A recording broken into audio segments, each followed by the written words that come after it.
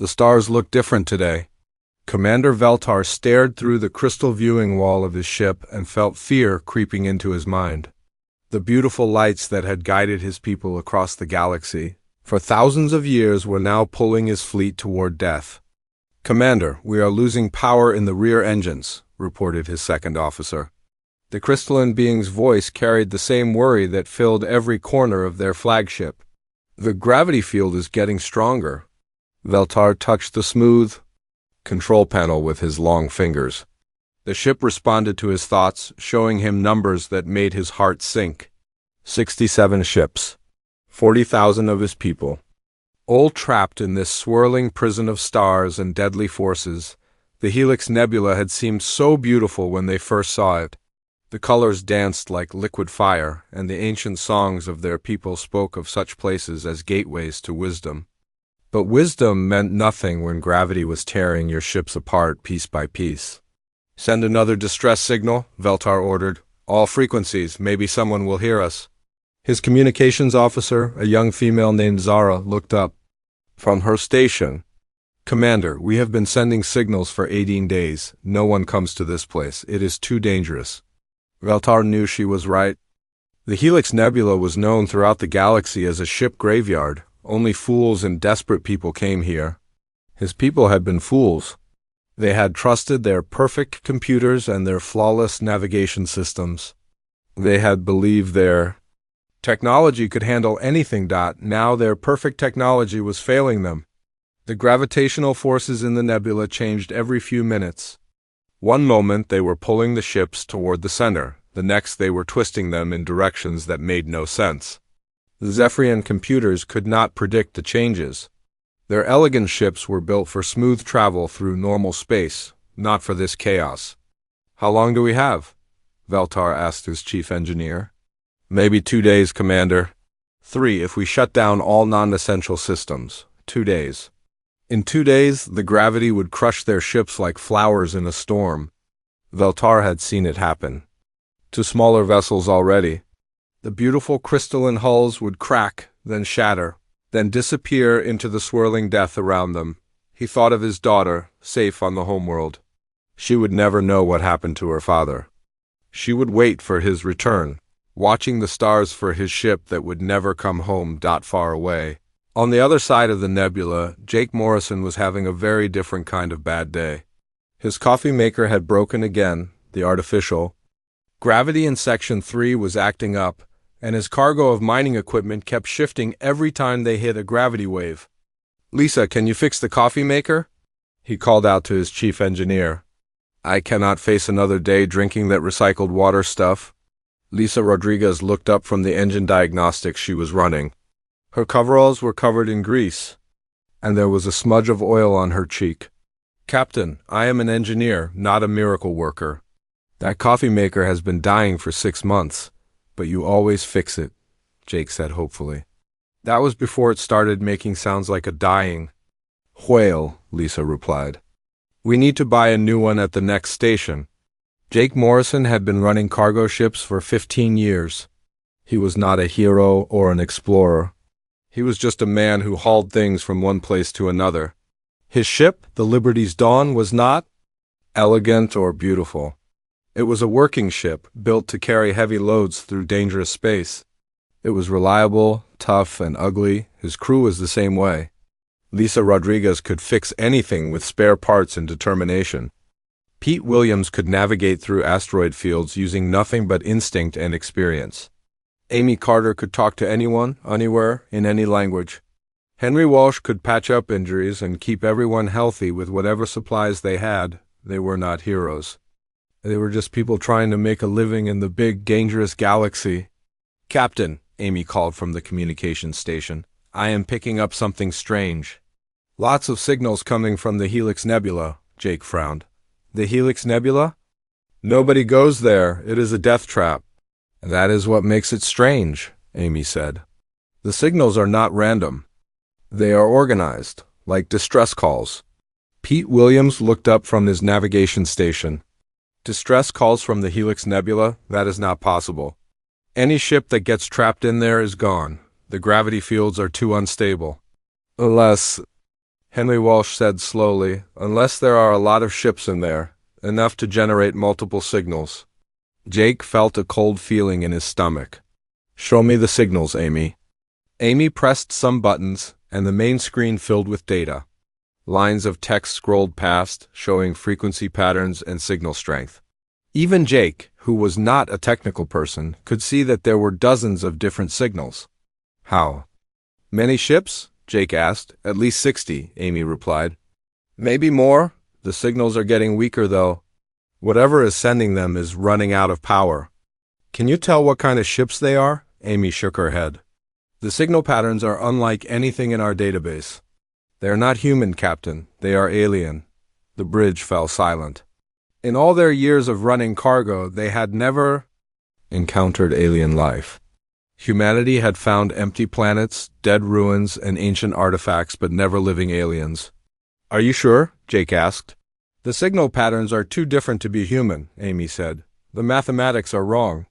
The frequencies are wrong. Everything about them is wrong for human technology. Jake stared at the screen. 60 alien ships, trapped in the most dangerous place in known space, dying slowly while their distress calls echoed through empty space. How long would it take us to get there? He asked Pete. Pete's eyes went wide. Captain, you cannot be serious. The Helix Nebula will kill us. How long? Pete ran some calculations on his computer. 8 hours if we push the engines. But Captain, we have a cargo delivery to make. The mining colony on Tau Ceti is expecting this equipment. Jake looked around at his crew. Lisa was frowning at her. Engine readings. Amy was still analyzing the alien signals. Henry was checking their medical supplies. Pete was shaking his head in disbelief. What do you think? Jake asked them. I think we will probably die, Lisa said. But those engines have never let us down before. I think we are crazy, Pete said. But I can probably get us through the outer edges of the nebula. I think we have to try, Henry said quietly. If there are people out there who need help, we have to try, Amy nodded. The signals are getting weaker every hour. If we are going to do something, we need to do it now. Jake Morrison looked at the screen one more time. 60 ships full of aliens, trapped and dying in the most dangerous place in the galaxy. His cargo of mining equipment suddenly seemed very unimportant. Change course, he said. Take us to the Helix Nebula. Are you sure about this, Captain? Pete asked. Jake smiled grimly. No, but we are going anyway. The Liberty's Dawn shook like a leaf in a storm as it entered the outer edges of the Helix Nebula. Jake Morrison gripped his captain's chair and watched the swirling colors fill the main screen. Beautiful and deadly, the nebula looked like a painting made of fire and lightning. Hull stress is within acceptable limits, Lisa called out from the engineering station. But I would not want to stay here too long. Pete Williams was hunched over his navigation controls, sweat beading on. His forehead. The gravity fields are all wrong here. My instruments keep changing their readings every few seconds. Just keep us moving toward those signals, Jake said. How much closer do we need to get? Amy Carter looked up from her communications station. The signals are getting stronger, but they are still too weak to establish proper contact. We need to get within 50,000 kilometers. 50,000 kilometers, Pete repeated. That means going deep into the nebula. Captain, the gravity fields in there will be strong enough to tear us apart. Jake watched the swirling colors on the screen. Somewhere in that chaos were 60 ships full of aliens who were probably going to die. The smart thing to do would be to turn around and go home. The safe thing to do would be to report the signals to the authorities and let someone else handle it, but Jake Morrison had never been good at doing the smart thing. Take us in, he ordered. The Liberty's Dawn pushed deeper into the nebula, and the real nightmare began. The gravity fields pulled at the ship from every direction. One moment they were being pushed toward a bright cluster of stars. The next they were being dragged toward a dark region that seemed to swallow light itself. There, Amy suddenly called out. I'm getting visual contact. The main screen changed, showing a sight that made everyone on the bridge fall silent. Ships hung in space like broken toys, their crystalline hulls catching and reflecting the nebula's light in ways that hurt to look at. The vessels were beautiful beyond description, but they were clearly dying. "Those are the alien ships," Henry said quietly. "They are so beautiful." The alien vessels looked like they had been grown rather than built. Their hulls curved and flowed like living things, and their surfaces were covered in patterns that seemed to shift and change as the light hit them. But several of the ships showed dark cracks running along their sides, and one smaller vessel was already breaking apart. "They are taking a beating," Lisa observed. "Those hulls are not designed for this kind of stress." "Captain," Amy said, her voice excited, "I am getting a response to our signals. They are trying to communicate." The main screen filled with alien symbols that meant nothing to Jake. Strange sounds came from the speakers, musical but urgent. Amy worked frantically at her controls, trying to make sense of the transmission. "Can you understand any of it?" Jake asked. "Some of it," Amy replied. "Their mathematics are similar to ours, but their language is completely different. Give me a few minutes." While Amy worked on the communications, Jake studied the alien fleet. The ships were arranged in a rough circle, with the largest vessel in the center. Even from this distance, he could see that the formation was defensive. These people were scared. "Pete, how close can we get without being pulled into whatever has them trapped?" Pete ran calculations on his computer. "Maybe 30,000 kilometers. After that, we would be caught in the same gravity field that has them." "Do it!" As the Liberty's Dawn moved closer, the alien ships began to react.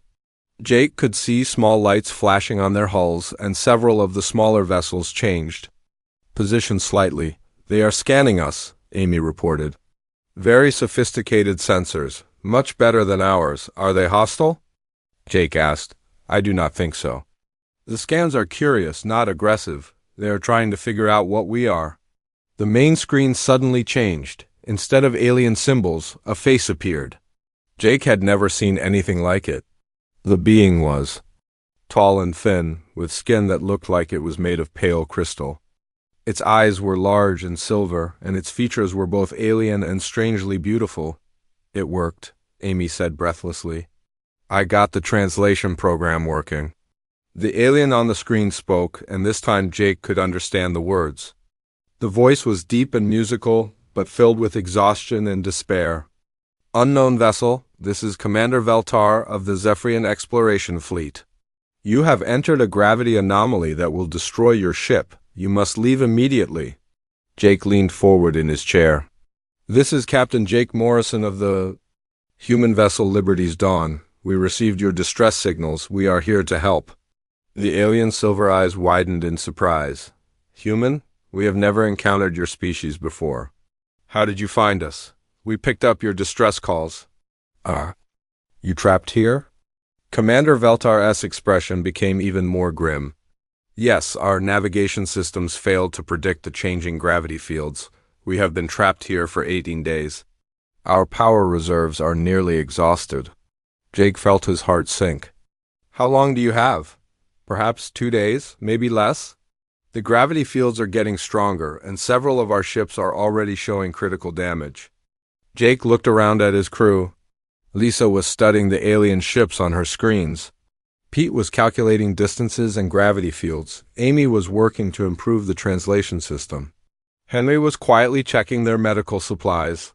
"How many people are on your ships?" Jake asked. 40,000, Veltar replied. "Men, women, and children?" "We were returning home from a survey mission when we decided to study this nebula. It was a mistake that will cost us everything. 40,000 lives." Jake had been expecting a small crew, maybe a few hundred people at most. 40,000 people were depending on him to come up with a miracle. "Captain," Veltar continued, "you must leave now. Your ship appears to be less advanced than ours. If we cannot escape, you certainly cannot help us." Jake smiled grimly. "Commander, you might be surprised what an old cargo ship can do. We have gotten out of some pretty tight spots before. I appreciate your courage, but this is not a situation that can be solved with bravery. The gravity fields are too strong and too unpredictable. Even our most advanced computers cannot find a solution. Maybe that is the problem, Jake said. Pete, what do you think? Pete Williams looked up from his navigation station. Their ships are beautiful, Captain, but they are built for smooth space travel. Look at those hulls. They are designed for elegance, not for fighting gravity storms. And our ship? Built like a tank. Heavy engines, reinforced hull, industrial-grade equipment. We might not be pretty, but we are tough. Jake turned back to the screen. Commander Veltar, we would like to try something. Can you give us detailed information about the gravity fields around your fleet? The alien commander hesitated. Captain Morrison, I do not wish to see your people die in a hopeless attempt to save us. Let us worry about that, Jake replied. Can you send us the data? Yes, but I must warn you. 3 of our ships have already tried to break free using different escape vectors. All 3 were destroyed. What happened to them? The gravity fields tore them apart. The forces here are beyond anything we have ever encountered. Jake looked at his crew again. Lisa was nodding slowly as she studied the alien ship designs. Amy was working to establish better communication links. Pete was already plotting possible escape routes. Henry was quietly preparing for the worst. Send us the data, Jake said. We will take a look at it. Captain, Veltar said, his voice heavy with sadness, I must tell you something. If you attempt to help us and fail, you will die with us. Your ship will be trapped just as ours are. Jake Morrison had spent 15 years hauling cargo through dangerous space. He had survived pirate attacks, asteroid storms, and engine failures. He had seen good people die and bad people prosper, but he had never walked away from someone who needed help.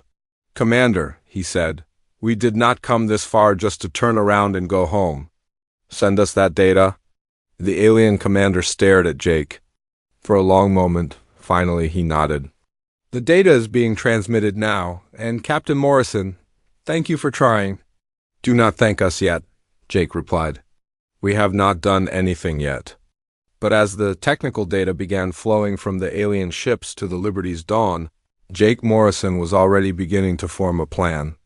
It was a crazy plan, probably a suicidal plan, but it was better than doing nothing. 40,000 alien lives.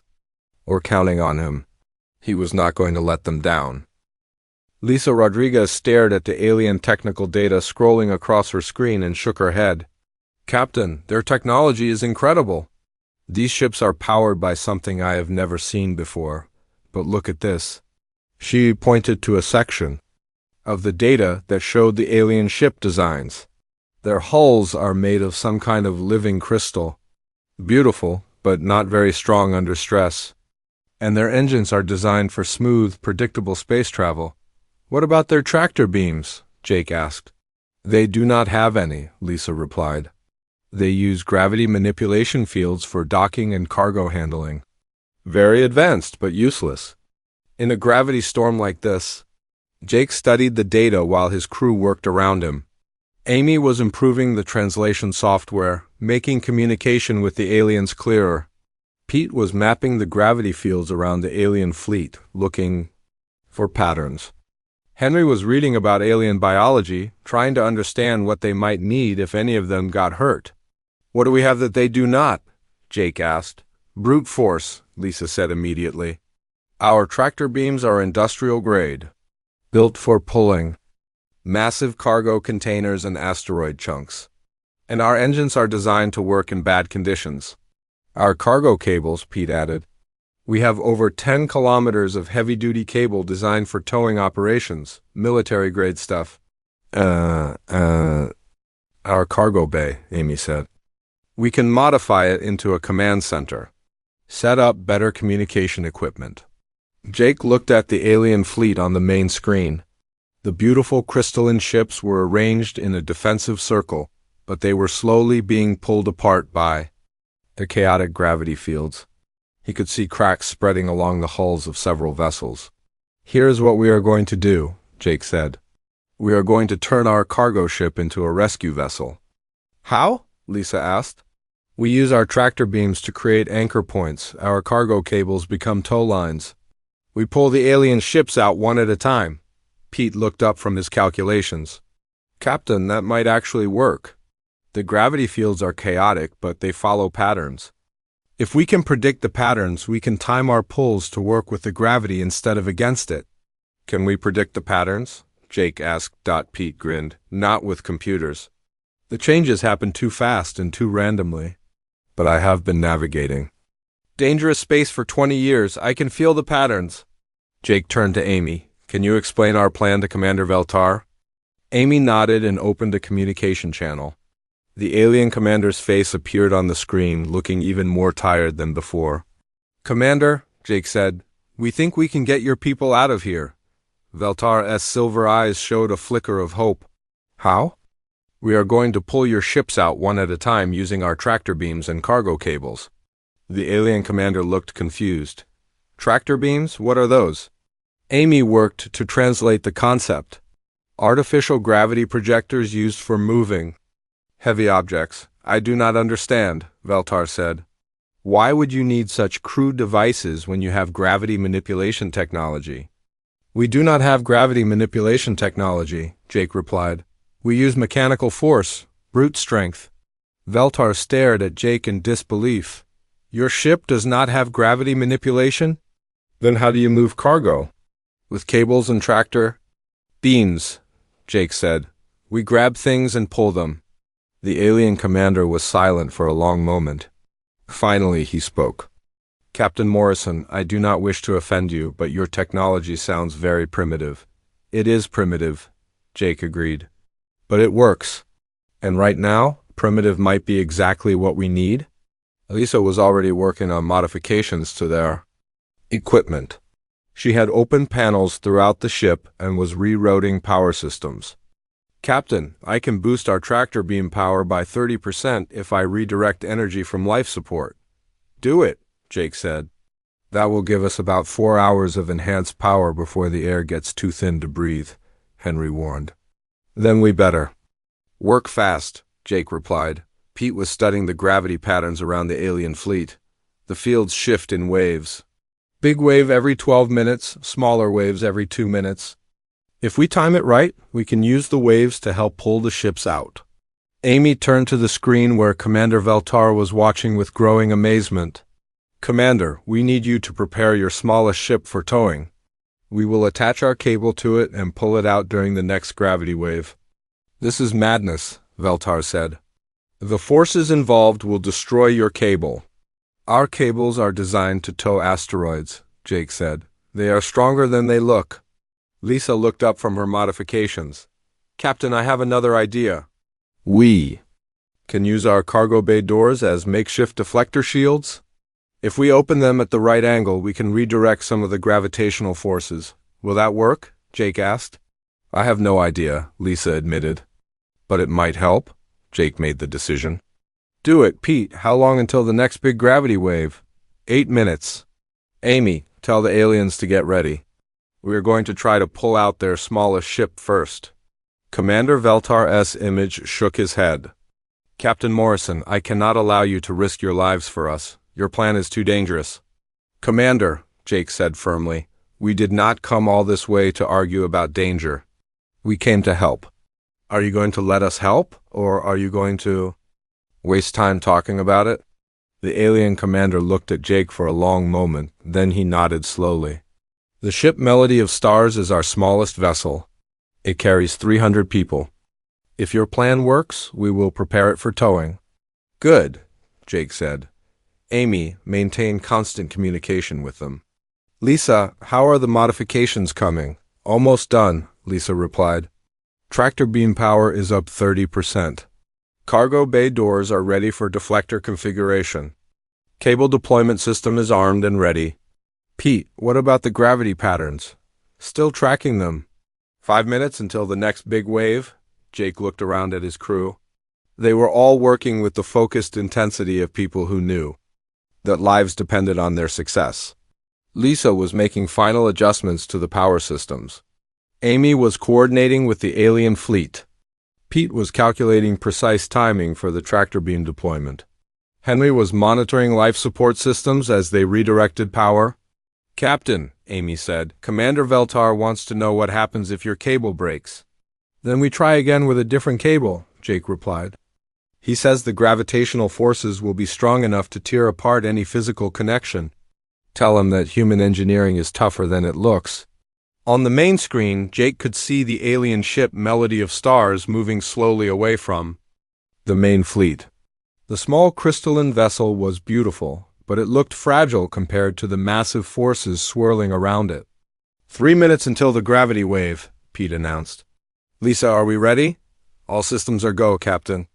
But I have to warn you, we are pushing everything past its design limits. If something breaks, we might not be able to fix it. Then we better not break anything, Jake said. 2 minutes, Pete called out. Jake activated the ship-wide communication system. All hands, this is the captain. We are about to attempt something that has never been done before. Hold on tight, and remember that 40,000 lives are depending on us. Let's show these aliens what human determination can do. 1 minute, Pete announced. Jake watched the gravity readings on Pete's screen. The chaotic forces around the alien fleet were building toward another massive wave. If Pete's calculations were right, they would have maybe 30 seconds to attach their cable and begin pulling before the forces became too strong. 30 seconds, Pete said. Deploy the cable, Jake ordered. Lisa activated the cargo deployment system. 10 kilometers of heavy-duty steel cable began unreeling from the Liberty's Dawn, guided by their tractor beam toward the alien ship. Cable is away, Lisa reported. 15 seconds to attachment.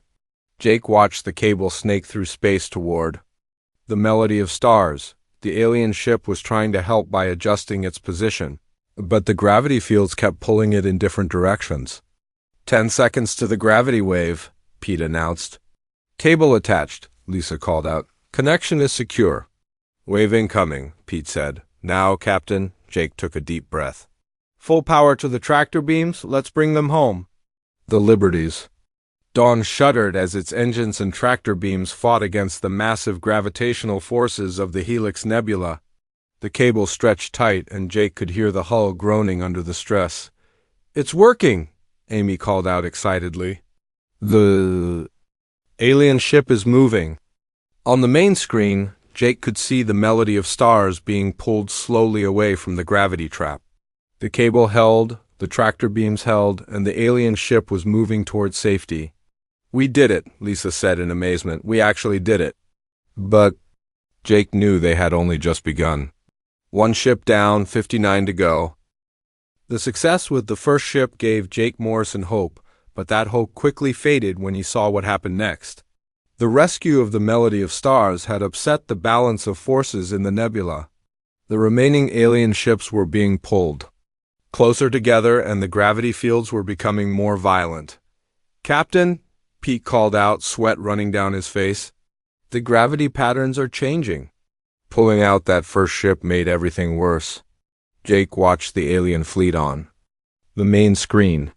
The beautiful crystalline ships were now being dragged toward each other, their hulls scraping and cracking as they collided.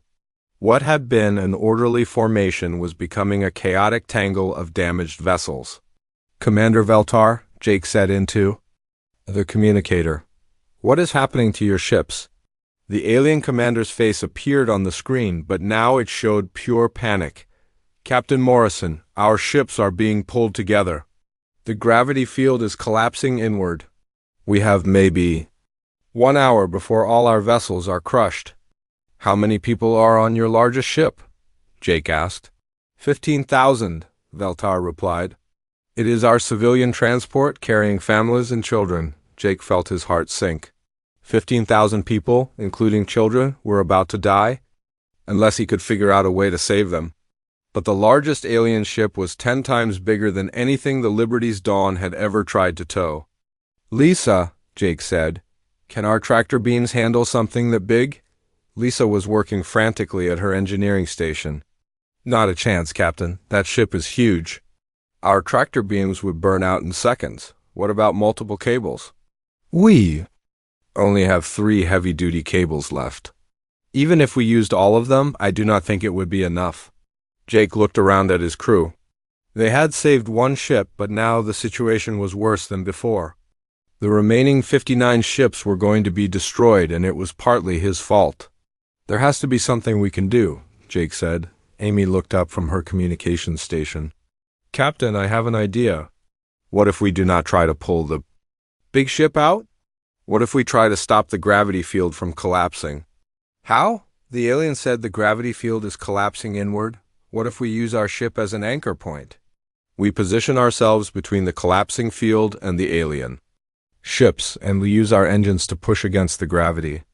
Pete stared at Amy. That is crazy. The gravity forces would tear us apart. Not if we time it right, Amy said. We use our engines in short bursts during the gravity waves. Push when the field is weakest, rest when it is strongest. Jake thought about Amy's idea. It was completely insane. It would mean putting the Liberty's Dawn directly in the path of the collapsing gravity field. If they miscalculated, they would be crushed instantly. It might work, Lisa said slowly. Our engines are designed to handle massive stress, and our hull is reinforced for heavy cargo operations. But we would have to position ourselves right. In the center of the collapse, Pete warned. One mistake and we are dead. Jake looked at the alien fleet again. The ships were getting closer together, and he could see explosions on some of the smaller vessels as their hulls finally gave way. People were dying right now while he tried to decide what to do. Do it, Jake said. Amy, tell Commander Veltar what we are planning. Pete, plot a course to the center of the gravity collapse. Lisa, prepare the engines for maximum output. Captain, Henry said quietly, if we do this, we probably will not survive. The stress on our ship will be enormous. I know, Jake replied. But if we do not try, 40,000 aliens will die for certain. Amy opened a channel to the alien fleet. Commander Veltar, we are going to try something new. We are going to position our ship between your fleet and the gravity collapse. The alien commander's silver eyes went wide. Captain Morrison, that is suicide. The forces at the center of the collapse will destroy your ship instantly. Maybe, Jake said. But we have to try. I cannot allow you to sacrifice your lives for U.S., Veltar said. You have already saved 300 of our people. That is enough. It is not enough, Jake said firmly. Not when we can save more. Pete had plotted their course to the center of the gravity collapse. Captain, we need to move now. The collapse is accelerating.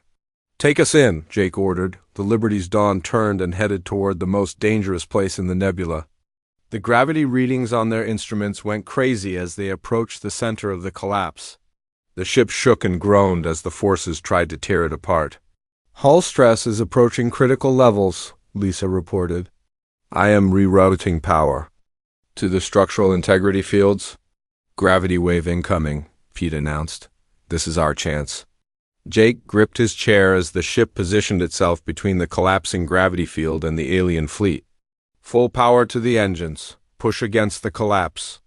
The Liberty's Dawn's engines roared to life, fighting against forces that could crush planets. The ship shuddered and bucked like a wild animal, but it held together. For a few precious seconds, the collapse slowed.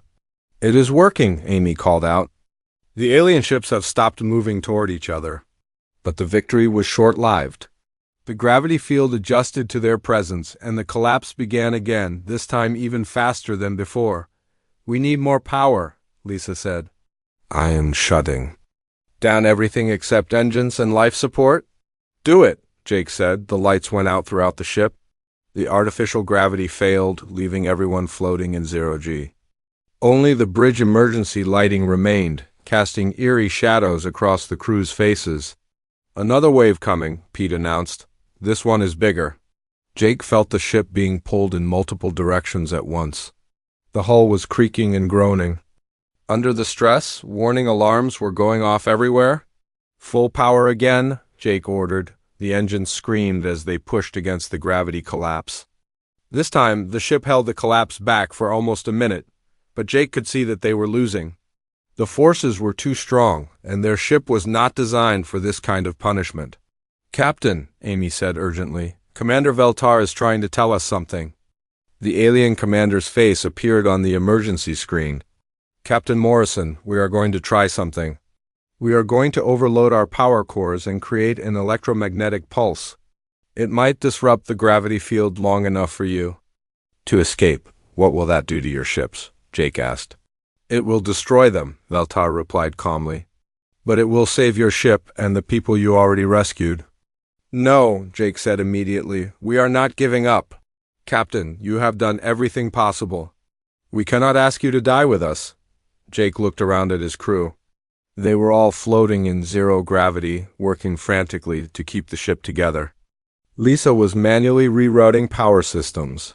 Pete was calculating gravity wave patterns by hand. Amy was maintaining communications with dying equipment. Henry was treating injuries with whatever medical supplies he could find. They were going to die. Jake knew it, and they knew it, but none of them were giving up. I have an idea, Jake said suddenly. Amy, can you get me a channel to all the alien ships at once? I think so, Amy replied. Why? Because I want to tell them something. Amy worked at her damaged communications system. You are connected to all ships, Captain. Jake activated the ship-wide communication system. This is Captain Jake Morrison of the Liberty's Dawn. I want every alien ship to listen carefully. We are going to try one more thing. I need all of you to fire your engines at the same time, in the same direction. Not to escape, but to push against the gravity collapse with us. Captain, Veltar's voice came through the speakers, our engines are not designed for this kind of stress. They will burn out. Then we better make it count, Jake replied. Everyone fires on my mark. 3. Do. Now.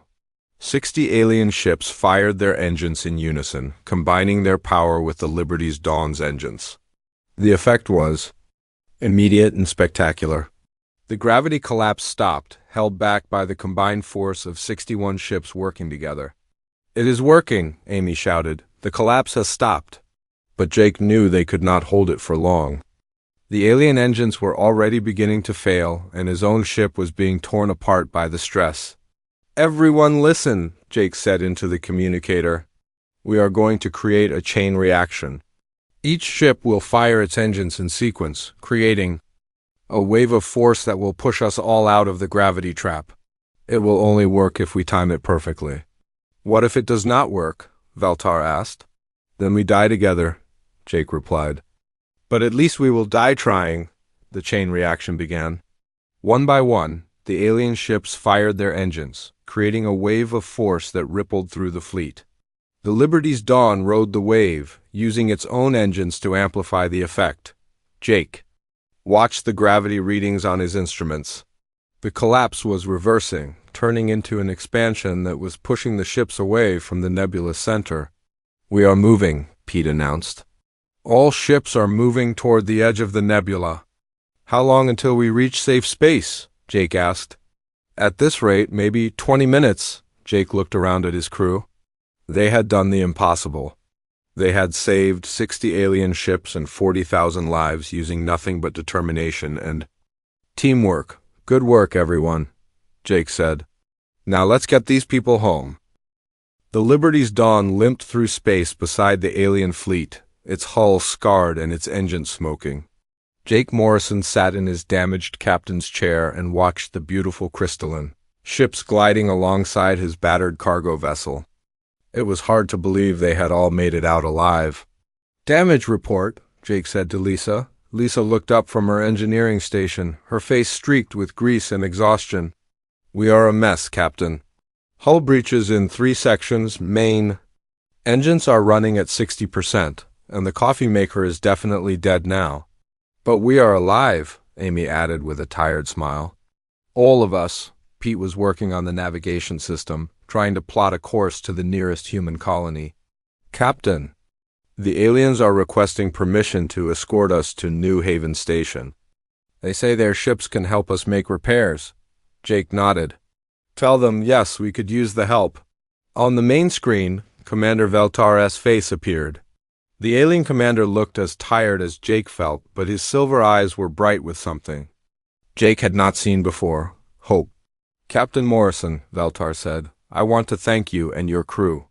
You have saved 40,000 lives today. We just did what anyone would do, Jake replied.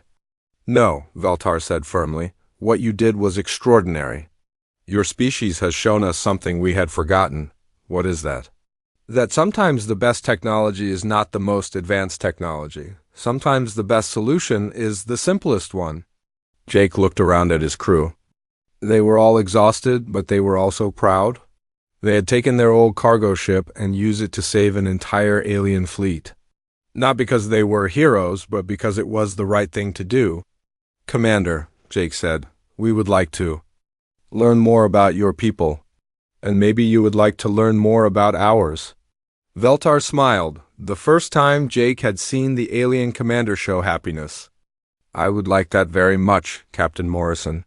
The journey to New Haven Station took 3 days. During that time, the humans and aliens worked together to repair both fleets. The Zephyrians shared their advanced medical technology with Dr. Henry Walsh, helping him treat the injuries his crew had suffered during the rescue.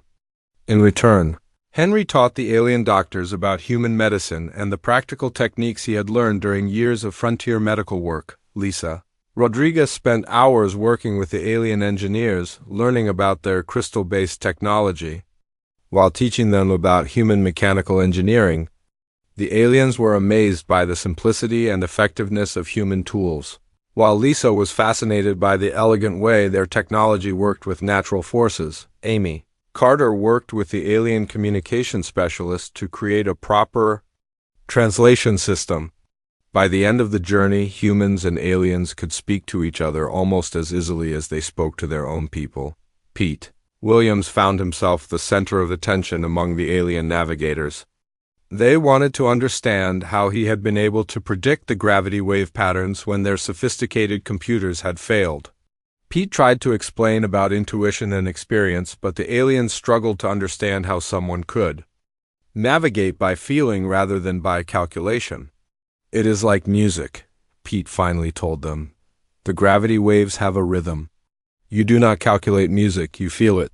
The aliens spent hours studying Pete's navigation techniques, trying to understand how human intuition worked. They were amazed that such an unscientific approach could be so effective when they reached New Haven Station. Word of the rescue had already spread throughout human space.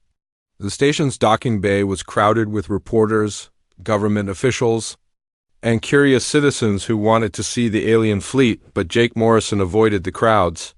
He was more interested in the quiet conversations happening between human and alien crew members.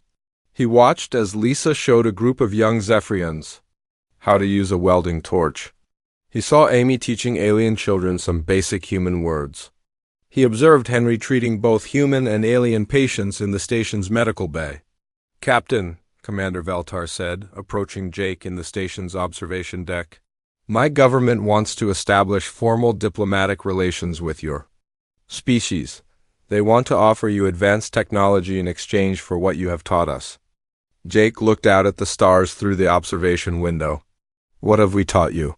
That wisdom is not always found in the most advanced solution, Veltar replied. Sometimes the best answer is the simplest one. Your people have shown us the value of improvisation, of working with what you have instead of waiting for the perfect tool. And what can your people teach us? Much, Veltar said.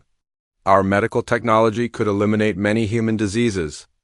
Our power systems could provide clean energy for your colonies. Our computers could help you explore the galaxy more safely. Jake nodded. That sounds like a fair trade. There is something else, Veltar continued. My people want to offer positions on our exploration ships to human crew members. We have learned that having different perspectives makes us stronger, and we would be honored to have aliens serve on human ships, Jake replied, if they want to. Over the following weeks, the first human-alien cooperation agreements were signed. The Zephyrians established an embassy on New Haven Station, while humans opened a diplomatic mission on the Zephyrian homeworld. Lisa Rodriguez was offered a position as chief engineer on a Zephyrian research vessel where she would help design new ships that combined human durability with alien elegance. Amy Carter became the first human ambassador to the Zephyrian government. Using her communication skills to build bridges between the two species, Pete Williams was invited to teach navigation techniques at the Zephyrian Naval Academy, where his intuitive methods were studied alongside their computer-based systems. Henry Walsh helped establish the first joint human-alien medical research facility, where doctors from both species worked together to develop new treatments, but Jake Morrison returned to his cargo runs, though his ship was now equipped with both human and Zephyrian technology. The Liberty's dawn was faster, more efficient, and more comfortable than ever before. Yet Jake continued to haul cargo from one colony to another, just as he had always done. "Why do you not accept one of the prestigious positions they offered you?" Amy asked him before she left for the Zephyrian homeworld. Jake smiled as he looked at his refurbished ship. "Because this is who I am. I am not a diplomat or a scientist or a hero. I'm just a cargo hauler who happened to be in the right place at the right time." "You saved 40,000 lives," Amy pointed out. "We saved 40,000 lives," Jake corrected. "All of us working together." As the Liberty's Dawn prepared to leave New Haven Station for its next cargo run, Jake received a message from Commander Veltar. The alien fleet had reached home safely, and the Zephyrian government had officially declared Jake Morrison and his crew to be heroes of their people, but Jake was more interested in the personal note at the end of the message. Veltar had written that he would never forget the lesson the humans had taught him, that sometimes the greatest strength comes not from having the best technology, but from having the courage to help others no matter the cost. Jake Morrison smiled as he read those words. Then he filed the message away, called his crew to their stations, and prepared to head back out into the galaxy. There was always more cargo to haul, more places to go, and maybe, if they were lucky, more people to help along the way. The Liberty's Dawn departed New Haven Station with a mixed crew of humans and aliens, carrying both human determination and Zephyrian wisdom to the stars. Behind them, they left a galaxy where two species had learned that they were stronger together than apart, and where the simple act of helping a stranger had changed everything. Jake Morrison had never wanted to be a hero. He had just wanted to haul cargo and make a living. But sometimes the galaxy has different plans for people. Sometimes being in the right place at the right time is all it takes to change the course of history. And sometimes the most important thing you can do is simply refuse to walk away when someone needs help.